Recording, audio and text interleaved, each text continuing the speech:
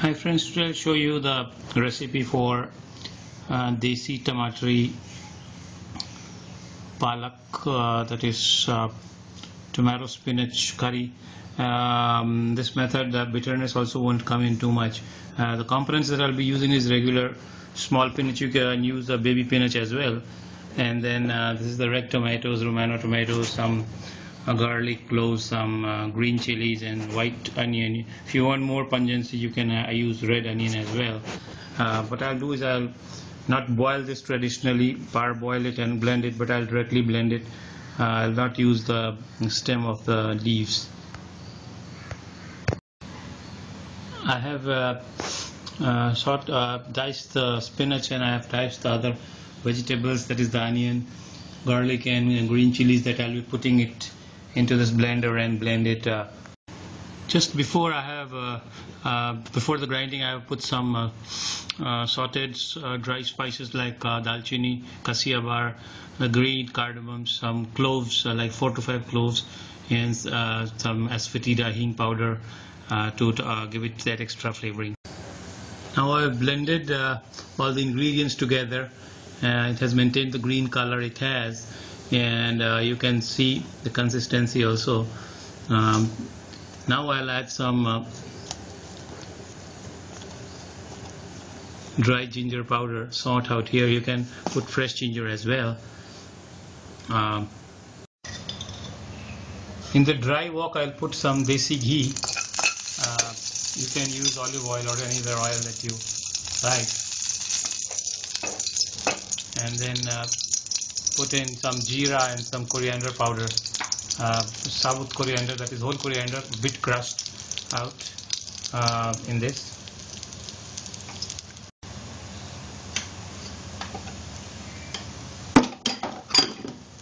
Now what I'll do is I'll pour the rest, the entire puree that I just made, in the tempering mixture in the wok, and now slowly move it, mix it, and cook it for like next 10-15 minutes like this only, without adding too much into this. Just I'll add some salt and some white pepper if required, and I'll not cover the base.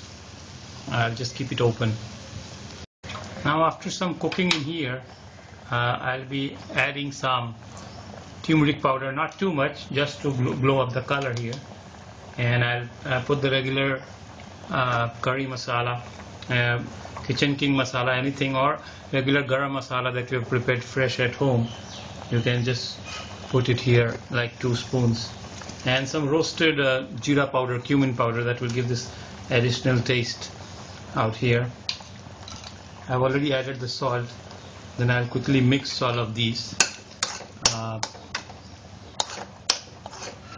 and cook for another 5 to 10 minutes. After almost 10 minutes of cooking, you can see the consistency it has. I've kept it quite thick. You can use some water, or you can put some chaas water for additional tasting, or some other liquefying agent as per your own need.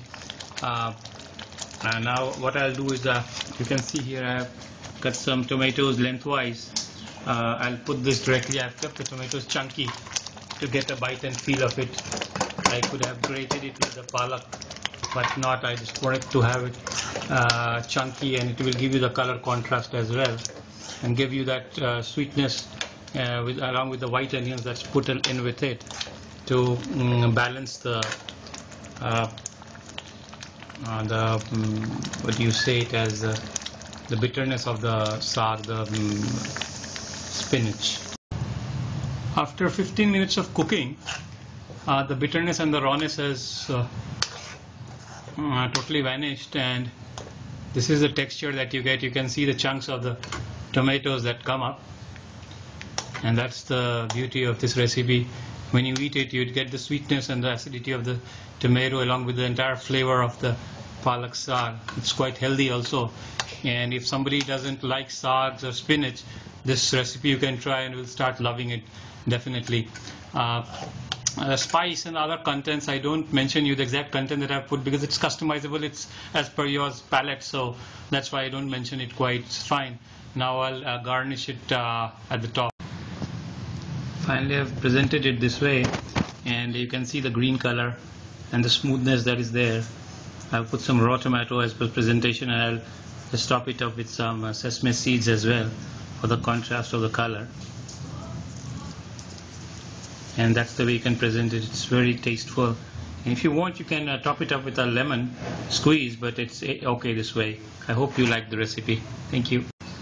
This is the base gravy itself. You can its delectable taste would make you remember it for a long time.